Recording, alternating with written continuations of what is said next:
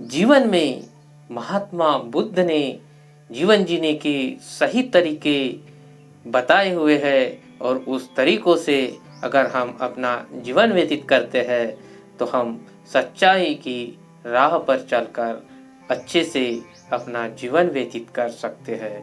नमो बुद्धाय दोस्तों, बुद्धा 2.0 इस हमारे YouTube चैनल पर और आज के इस चौथी पत्नी क्या है और ऐसा महात्मा बुद्ध ने क्यों कहा, इस वीडियो पर आपका स्वागत है। तो दोस्तों, आज के इस वीडियो में हम जीवन में मनुष्य के वो 4 पत्नियां कौन हैं और वो महात्मा बुद्ध ने क्यों कहा है ये जानेंगे।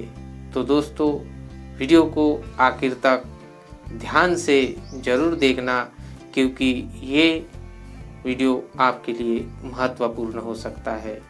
आप जानना चाहते हो तो आपके लिए महत्वपूर्ण हो सकता है और आप अगर नहीं जानना चाहते हो तो ये आपके लिए महत्वपूर्ण नहीं हो सकता, क्योंकि इसमें वो राज छुपा हुआ है जो महात्मा बुद्ध ने अपने जीवन में बताया हुआ, अपने शिष्यों को कहानी के माध्यम से बताया हुआ था।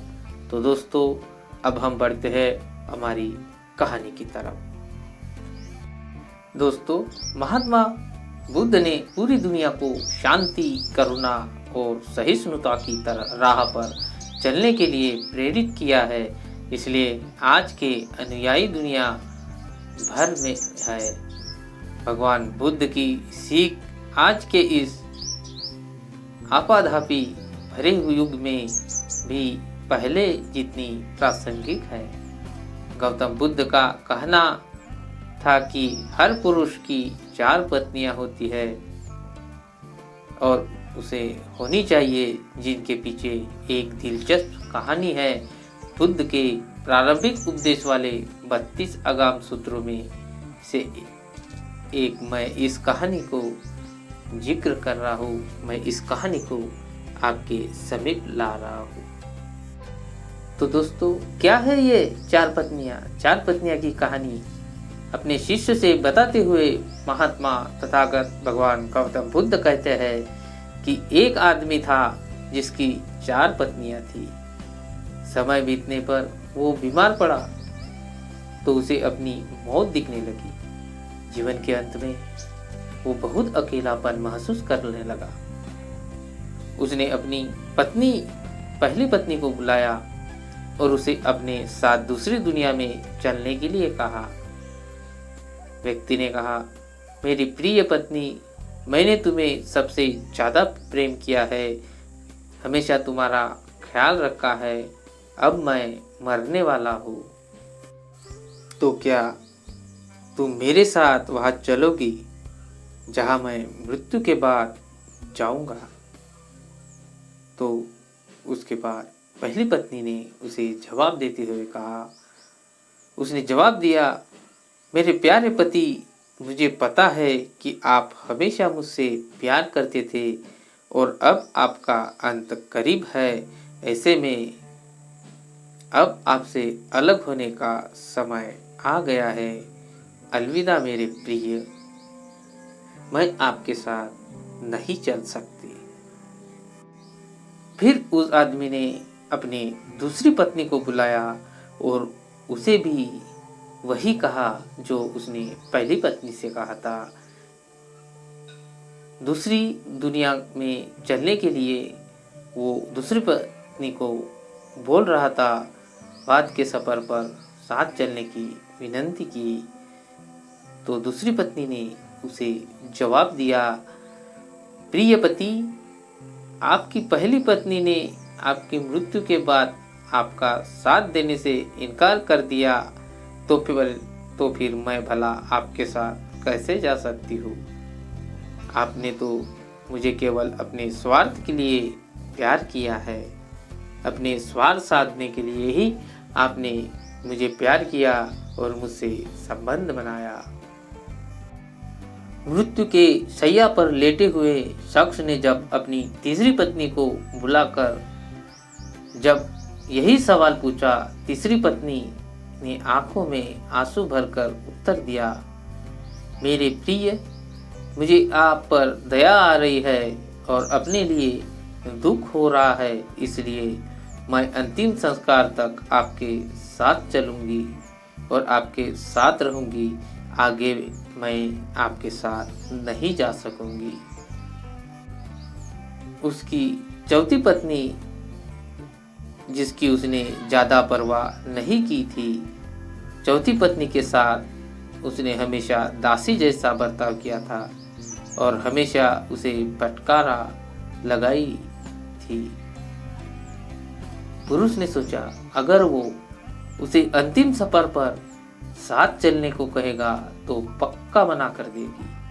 हालांकि वो डर गया था और अकेलेपन महसूस कर रहा था कि उसने अपनी चौथी पत्नी से भी दूसरी दुनिया में साथ चलने की गुजारिश की थी। पति के अनुरोध करने पर चौथी पत्नी ने कहा, मेरे प्यारे पति, मैं तुम्हारे साथ चलूंगी, मैं तुम्हारे साथ जाऊंगी, कुछ भी हो मैं हमेशा आपके साथ रहने के लिए दृढ़ संकल्प हूँ। मैं आपसे कभी अलग नहीं हो सकती। यही है वो कहानी चार पत्नियों की। तो दोस्तों, क्या है इन चार पत्नियों के वास्तविक मायने? महात्मा बुद्ध ने ये वास्तविक मायने क्या बताए हैं इन चार पत्नियों के? ये चार पत्नियां कौन है? ये चार पत्नियां हमारे जीवन में कितनी महत्वपूर्ण है? और ये चार पत्नियां हमेशा किसी न किसी की और हर आदमी की होती ही है। तो दोस्तों, अब आगे बढ़ते हैं हम। क्यों महात्मा बुद्ध ने क्यों कहा कि चौथी पत्नी ही हमेशा हमारे साथ रहती है और वो चार पत्नियां कौन है? अपनी कहानी को समाप्त करते हुए महात्मा तथागत भगवान गौतम बुद्ध कहते हैं कि प्रत्येक पुरुष और महिला की चार पत्नियां या चार पति होते हैं और हर एक का खास मतलब होता है।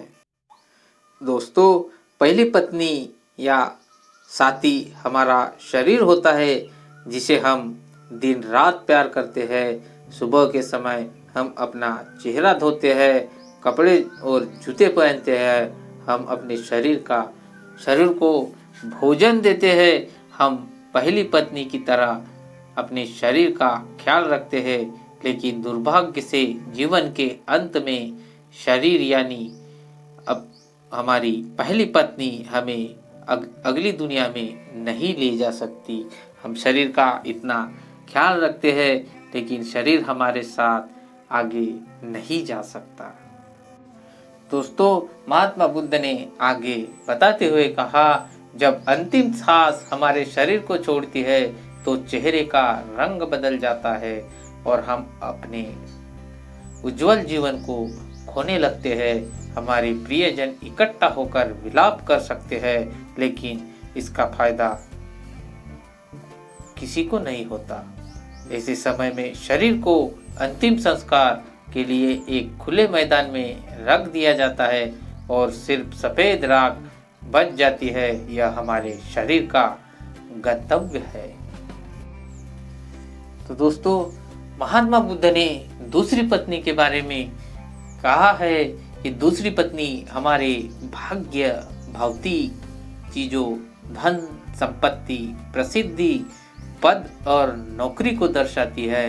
हम इन सभी भौतिक चीजों से काफी जुड़ाव महसूस करते हैं, जिसे पाने के लिए हमने कड़ी मेहनत की होती है। हम इन चीजों को खोने से डरते हैं और बहुत कुछ पाने की इच्छा रखते हैं, लेकिन इसकी कोई सीमा नहीं है। जीवन के अंत में ये चीजें मृत्यु तक हमारा पीछा नहीं कर सकती। हमारे भाग्य ने जो भी इकट्ठा किया है उसे हमें छोड़ना ही होगा।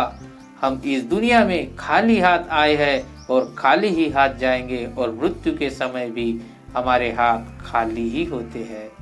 हम अपनी मृत्यु के बाद अपना भाग्य को पकड़कर नहीं रख सकते, जैसी दूसरी पत्नी ने अपने पति से कहा था।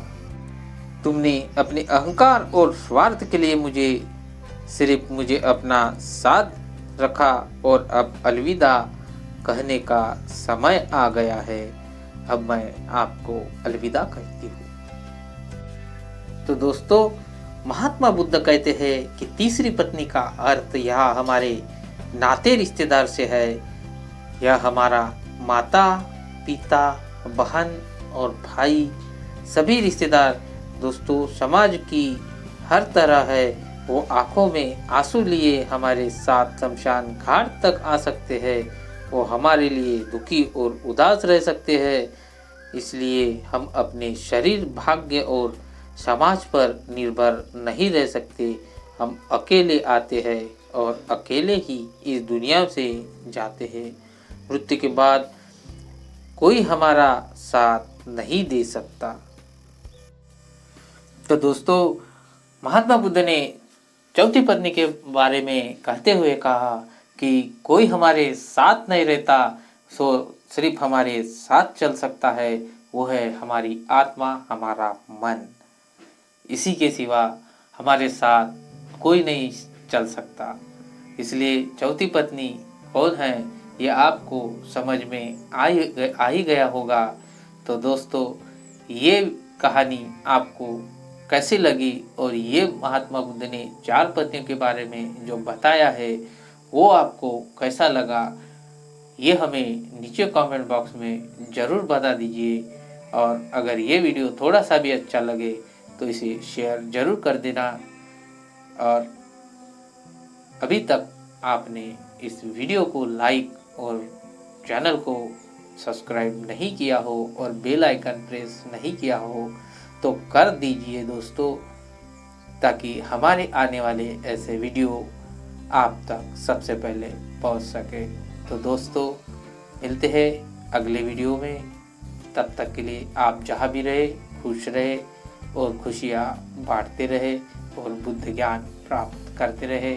और ऐसे ही मज़ेदार कहानियाँ जीवन में सच्ची तरह से जीने के लिए इस कहानी का बहुत महत्वपूर्ण उपयोग होता है और ये आपके लिए सही मायने में अच्छा है। तो दोस्तों, मिलते हैं अगले वीडियो में। तब तक के लिए नमो बुद्धाय। जय हिंद, जय भीम।